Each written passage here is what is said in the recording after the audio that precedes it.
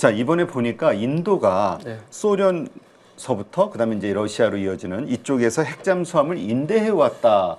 이건 사실 처음 들었거든요. 이 뭐 배경이 있습니까? 근데 저는 저기 좀 오래된 거로 알고 있었어요. 그거는 흔히 이제 이 분야 밀리터리 분야에서는 네. 좀 특이하게도 이제 인도가 그 소련 시절부터 그 원자력 공격 잠수함이죠. SSN을 빌려서 그것도 빌려줬고 그래서 아주 긴밀한 협력 관계가 좀 유별나게 인도하고 이어져 왔고. 이 핵잠수함이면은 정말 엄청난 전략 자산인데 쉬운 결정이 아닐 것 같은데요. 근데 이제 소련, 러시아로 이어지는 그 과정에서 69년도에 중국하고 이제 국경 분쟁이 그 소련하고 있었지 않습니까? 그래서 이게 같은 공산국가인데도 서로 이제 믿을 수 없는, 그리고 국경을 이제 붙어 있는데 또 옆에 서로 다 붙어 있는 게 뭐 인도, 중국 뭐 이렇게 다들 얽혀 있으니까. 네. 그리고 이제 인도가 최근에 이제 뭐 트럼프 때문에 다시 뭐 좀 옛날에 비동맹 국가의 맹주로서 돌아가겠다가 이제 최신 뉴스인데 며칠 전에 이제 그게 작용하는 것 같아요. 자기들이 영국의 식민지였고 거기서 이제 독립을 했는데 서방 측 국가뿐만 아니라 뭐 국경선에 있는 중국도 믿을 수 없고, 그래서 이게 독자적인 군사력을 이제 갖춰야 되겠다 하는데 여기에 유일하게 협력과 협조를 해주는 나라가 이제 소련, 러시아가 되면서 아주 특별한 사례를 이제 만들어낸 게 전례가 없는 이제 SSN 공격형 잠수함을 이제 임대해 줬다는 거. 한 척씩 한 척씩. 종류가 뭐 찰리급이라든지 뭐 아쿨라급이라든지, 이거는 이제 뭐 러시아 해군, 지금의 러시아 해군만 보유하고 있는 건데, 그래서 그거를 이제 운영을 하면서 경험을 좀 싼 것 같아요, 인도 해군이. 네. 그리고 궁극적으로 최근에 이제 뭐 이렇게 얘기는 잘 안 되는데 자국산 그 원자력 추진 잠수함을 이제 만들기 시작했죠. 아, 그래요. 이번에 뭐 그 핵잠수함을 그렇게 어쨌든 한 대 정도, 그러니까 여러 대가 한 대만 빌려준 거군요. 그냥 하나씩 하나씩 종류별로. 예. 종류별로. 네. 이걸 운용을 하면서 그래도 뭐 작전 능력도 그렇지만은 기본적으로 우리 그 영화 같은 데 보면은 그 뭐죠? 그 중요한 전략 무기들 적군에다가 적지에다 남겨두지 않고 추락하거나 비행기들 해도 막 네. 폭파시키고 하잖아요. 기술 유출될까 봐. 이런 걱정은 없었나 봐요. 당연히 그렇게 되면 있을 것 같은데. 인도가 이제 1947년 독립한 이래로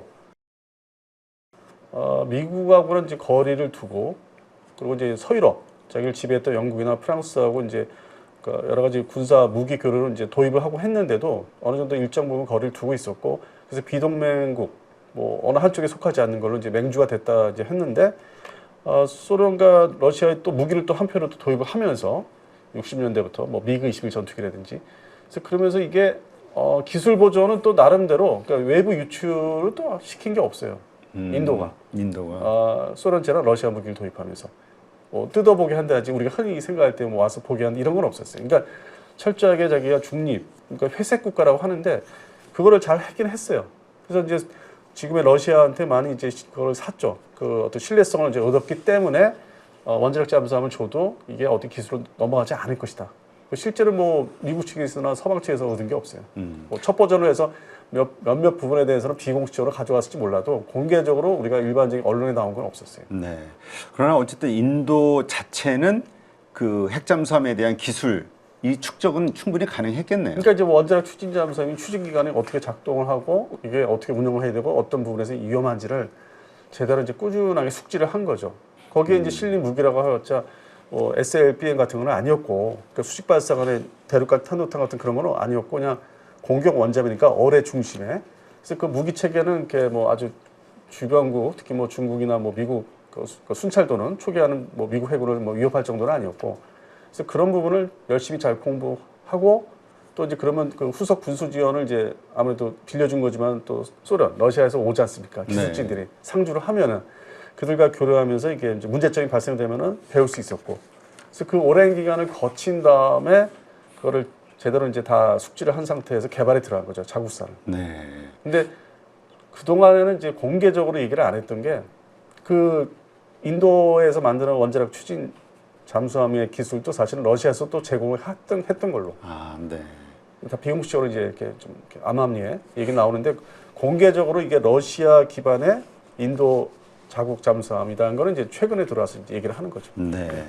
근데 정말 두 나라가 이 군사적으로 상당히 가까운 것 같아요. 지금 보니까 뉴스 검색을 해보니까 인도와 러시아가 함께 개발한 초음속 순항 미사일도 있다. 뭐 브라모스, 이렇게. 네, 브라모스. 예. 이런 것들은 정말 네. 아주 민감한 건데.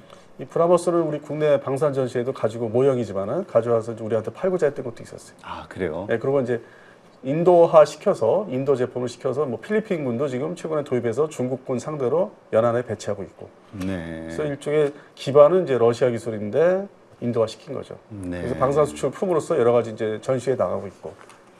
그래서 이게 기반이 끈끈한 게 지금의 러시아하고는 이제 오랜 기간 유지되고 있고 지금의 트럼프 정부라든지 또 중국의 시진핑 정부에 대한 경계심이 이제 작동이 이제 본격적으로 이제 또 되기 때문에 다시 이제 러시아 기술에 의존하는 게 다시 이제 더 커질 것 같아요. 근데 네. 대표적으로 이제 이 인도군이 중에서 이제 항공기, 군용기를 운영하는 중심의 공군을 보면은 미국제 전투기를 그 제안을 몇 번 받았는데 절대 안 삽니다. 현재까지. 그래요? 그 상당히 뭐 좀 묘하게 의리를 지킨다 그럴 것 같은 이 러시아제 전투기, 그다음에 프랑스제, 그다음에 유로파이터 같은 그런 전투기까지 이제 검토를 했지만은 라팔은 도입하고 있고. 그래서 특이한 게 미국제 전투기는 철저하게 이제 외면을 하고 있습니다. 현재 도입을 안 해요. 아, 근데 원래는 인도는 뭐 또 하신 핵강국이기도 하잖아요. 네. 그러니까 뭐 러시아 입장에서도 핵과 관련해서 뭐 이런저런 뭐 이 부담감은 좀 없겠네요. 유출될까봐.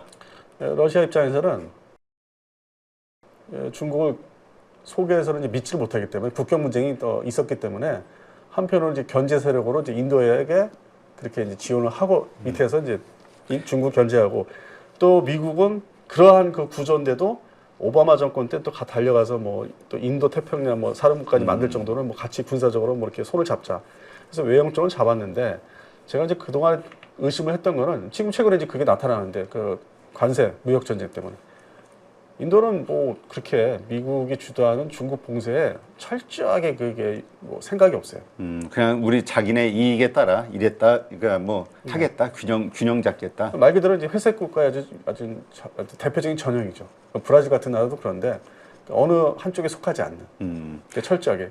근데 이제 이 러시아에 대한 또 그거는 또 사실 의존을 아주 끈끈하게 하고 있고 지금 전 세계적으로 스텔스 전투기를 이제 도입을 하고 개발을 하는데 인도 역시 뭐 개발을 하겠다 그러는데 그 기반은 이제 아직도 미래에도 러시아 푸틴한테 기대하는 그러니까 러시아제 SU-57 스텔스 전투기를 인도화 시키려는 이제 어떤 꿈과 욕심이 있죠. 자국화 시키려는. 그래서 미국제 전투기 뭐 판매를 하겠다 해도 이렇게 외면하는 그런 특이한 이제 상황을 계속 보여주고 있는 게 그 기반에는 이제 이 최초의 이제 원자력자 추진자 잠수함 SSN 여기서부터 이제 많은 게 보여주고 있죠. 네, 그렇군요. 자, 어쨌든 뭐 최근 나온 뉴스, 뭐 INS 아리가트라고 읽어야 됩니까? 이거 뭡니까? 이게 취역을 하면서 핵 삼위일체가 강화되었다, 인도에. 이런 평가도 있는데, 어떤 인도의 이 핵 전력 어떻게 봐야 될까요? 이 지구상에서 핵보유국이 이제 뭐 이제 사실 그러니까 반공식적으로 이제 북한까지 포함시킨 건데 최근에 이제 상황이 실제 핵전쟁이 날 수 있는 나라는 지역은 뭐 최근 5월달에 공주전이 있었지만은 파키스탄 공군하고 인도 공군 저는 옛날부터 그 지역이라고 보고 있어요. 인류 최후의 핵전쟁 발발 시점은 인도 파키스탄이에요. 왜냐하면은 미국이나 유럽의 입장에서는 거기 지역에 대해 뭐 이렇게 이해관계가 아주 많은 게 아니에요. 근데 중동 지역은 또 석유 때문에 뭐 이라크 전 있었지만은 그런 측면이 있었는데 인도 파키스탄은 지들끼리 뭐 알아서 싸우는 개념. 이번에도 뭐 뜯어말긴 했지만은 뭐 태국 캄보디아처럼 근데 이해관계가 군사적으로 우선순위가 아니에요. 그래서 오히려 그렇죠. 발발하기가 핵전쟁으로 이제 비할 가능성이 높기 때문에 저는 이제 그 지역이 뭐 이 서남아시아죠 제일 위험하다. 오히려 뭐 푸틴 그쪽 지역 유럽이나 뭐 시진핑의 미국 지역이나 뭐 북한보다는 오히려 서남아시아. 네. 그래서 그 인도가 파키스탄과 인도가 갖고 있는 그 핵무기들이 과연 그 의미가 뭘까? 좀 별로 이렇게 좀 좋게는 안 보여요. 그러니까 서로 그냥 불안하죠. 예, 그러니까 어떤 정상적인 견제의 어떤 무기로서 그래서 전쟁이 결국 일어나지 않게 하는 효과를 가져야 되는데 오히려 인도 파키스탄 핵은 그 핵전쟁으로 이어지기 쉬운 서로 감정적이고 또 사각지대로 이제 보고 있어요. 하여튼 인도도 이렇게 나오는 뉴스들 보면은 핵과 관련해서도 그렇고 그 군사 강국인 거는 맞는 것 같아요. 지금 차세대 S5급 핵잠수함 이것을 뭐 준비 중인 것 같은데 기존에 지금 배치돼서 사용 중인 이 잠수함 뭔가 차이가 있나요? 초보적인 거죠. 처음 이제 해봤기 때문에 모든 무기 체계가 뭐 여러 나라가 단계적으로 발전하기 때문에 지금 갖고 있는 아리안트급 두 척은 아주 아리안트. 예. 그거에 또 이버람이 아리가트 뭐 이렇게 얘기가 이제 뭐 좀 희한하게 이름 이 이름들이 이 용어를 영어로 인도어를 영어로 표현해서 그런가요? 되게 어려워요. 뭐 우리 대한민국 사람 입장에서는 좀 거부감이 있죠. 이름을 열기가 좀 그런데 거북한데. 아리가트. 예, 근데 이게 이제 궁극적으로 이게 초기 잠수함들은 뭐 사거리가 500km짜리라든지 뭐 탄두가 작다든지 그다음에 그 해당되는 잠수함 아리안트급 잠수함이 뭐 멀리 나갈 수가 없다든지 아니면 고장 무슨 이렇게 용접함 부분이 뭐 좀 균열이 있다든지 그러니까 초기 함정들 잠수함 포함해서 그런 문제가 다 있기 때문에 내재되어 있기 때문에 최종적으로 뭐 6척을 건조한다는데 한 6번함 정도 가야만 뭔가 좀 제대로 가동할 수 있는 완성도가 높은 그리고 이제 탑재하는 미사일이 일반적으로 이제 중국도 지금 그걸 이제 도모하고 있는데 최근에 군사 퍼레이드에서 보여준 것도 그 목적인데 아주 자기네 뭐 인도양 쪽에서 멀리 발사할 수 있는 뭐 태평양을 안 나가도 잠입을 안 해도 자기 인근 해에서 발사할 수 있는 사거리가 긴 미사일.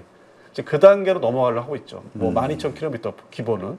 뭐 중국도 지금 그러고 있는 거고. 그거에 그 SLBM에 이제 탄두가 뭐 여러 개가 실려져 있는 MIRV라든지 이제 그런 단계로 넘어가려고 하고 있죠. 근데 북한도 지금 그거를 지금 뭐 생각하고 그거를 추진하는데 잘 이제 자기들 기술이 모자라니까 안 되는 거고. 그러니까 이제 뭐 중국, 인도, 북한이 이제 그런 거를 이제 노리고 있는 거죠. 기존에 미국과 러시아, 뭐 영국, 프랑스는 다 이미 성취한 건데, 그래서 그게 이제 1단계의 국가고 이제 2단계의 후발 국가들이 이제 그거를 이제 장사정 미사일, 수중 발사, 그다음에 탄두가 많이 들어가 있는 다탄두, 그다음에 정밀도가 이제 필요하겠죠. 탄착하는 게 아무래도 핵폭탄이라고도. 그래서 그런 면에서 지금 뭐 도모를 하고 있는데 추진하고 있는데 지금 이제 세 번째 잠수함을 이제 이 아리안트급 세 번째 잠수함을 이제 건조 준비하고 있고, 근데 최종적으로 6척. 6척. 예, 그래서 최소한은 뭐 자기들이 운영할 수 있는 이렇게 로테이션에서 뭐 하나는 뭐 정비하고 하나는 뭐 훈련 교육을 시킨다든지 그런 측면에서는 여유를 가지려면 상시 배치하려면 6척. 두 척이 항상 나가 있어야 된다 이거죠. 4척은 뭐 자기네 그 내부에 있어도 그 인도에. 그래서 그런 측면에서는 이제 뭐 예비 뭐 잠수함까지 포함해서 6척까지 지금 생각을 하고 지금 준비를 하고 있는 거죠. 개발을 이제 미사일도 동시에 하고 있고 장거리 미사일. 네. 그래서 그런 측면에서 뭐 나름대로 국방력을 강화한다고 하는데 전 세계적인 뭐 어떤 전통적인 어떤 서로 으르렁거리는 지역에 비교해서 굳이 뭐 인도가 저렇게까지 할 필요가 있나? 결국 첫 번째 숙적은 파키스탄인데. 파키스탄. 그리고 이제 뭐 지상 붙어 있는 이제 중국인데. 그리고 이제 미국은 은근히 이제 원하는 게 그러한 해군 전력, 인도 해군의 전력이 좀 싼 편이거든요. 여러 종류의 구축함들을 보유하고 있고 항공모함도 2척 있는데, 근데 사실은 이 전력이 뭐 미국이 원하는 중국 봉쇄는 두 번째고, 그건 두고 봐야 되고, 파키스탄을 완전히 그냥 포위하기 위해서 마치 중국이 대만을 포위하듯이 파키스탄을 해상에서도 완전히 이렇게 봉쇄하려고. 네. 과거에 이제 인도 파키스탄 전쟁에서 항공모함, 인도 해군이 그 영국제 구형 항공모함을 동원해서 공습을 해가지고 좀 재미를 본 적이 있어요. 그래서 그때 이제 항공모함의 필요성이 대파키스탄용이에요. 네. 첫 번째가. 딱 해상을 봉쇄해서 물자 이런 것들이 들어가지 못하게. 네. 그다음에 또 그쪽 그렇긴 하겠네요. 완전 경제 봉쇄도 할 수 있고. 그러니까 또 다른 이제 뭐 중국의 뭐 대만 봉쇄 같은 360도 전체를 둘러서서, 근데 한편은 이쪽은 360도까지 아니고 한 180도 정도 이렇게 봉쇄를 하는데 그 해군 전력이 워낙 이제 인도 땅이 이렇게 역삼각형 이렇게 해안이 길다 보니까 이게 이제 펼치면 엄청 크잖아요. 그러니까 이것 때문에 이 감시 초계 뭐 이 파키스탄 해군 대응을 하기 위해서는 이제 전력이 예상보다는 좀 많죠. 네. 항공모함이 2척이니까. 거기는 뭐 지금도 계속해서 그 서로 파키스탄하고 전쟁을 하니까 그래서 피해를 서로 입고 또 자존심 그게 계속 누적이 되는 거잖아요. 그 감정, 악감정들이. 그러다 보면 진짜 말씀하신 대로 그런 생각만 해도 끔찍한데. 근데 이제 대한민국 입장에서는 전통적으로 이제 뭐 국가 경제, 뭐 안보, 국제, 뭐 동맹 같은 거 그런 거 따져보면은 미국이 관심 있는 지역에 항상 이렇게 똑같이 관심을 갖고 뭐 서유럽도 중요하고 다 이어지니까 우크라이나 러시아 전쟁처럼. 그러니까 이쪽에 인도 파키스탄은 좀 별도예요. 그러니까 뭐 우리가 뭐 지금 가서 뭐 여러 가지 판다고 하는데 사실 인도를 우리가 경험한 사람들이 호불호가 갈리잖아요. 그렇죠. 예, 근데 뭐 저 어떻게 좋아하지 안 좋아하는데.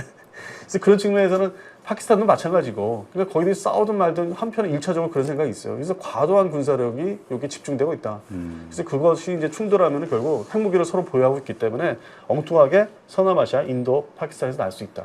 지구상에서.